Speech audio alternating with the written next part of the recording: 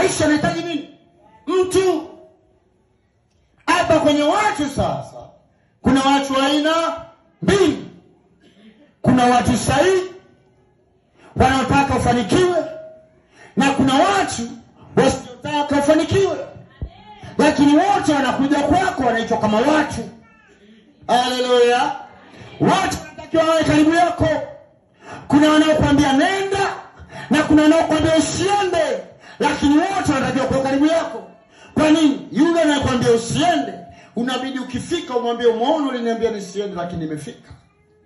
Haleluya. Hauwezi ukaenda na mtu mmoja.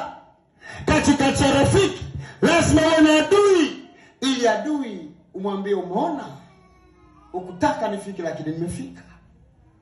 Haleluya. Hauwezi kuwa na watu sahihi tu.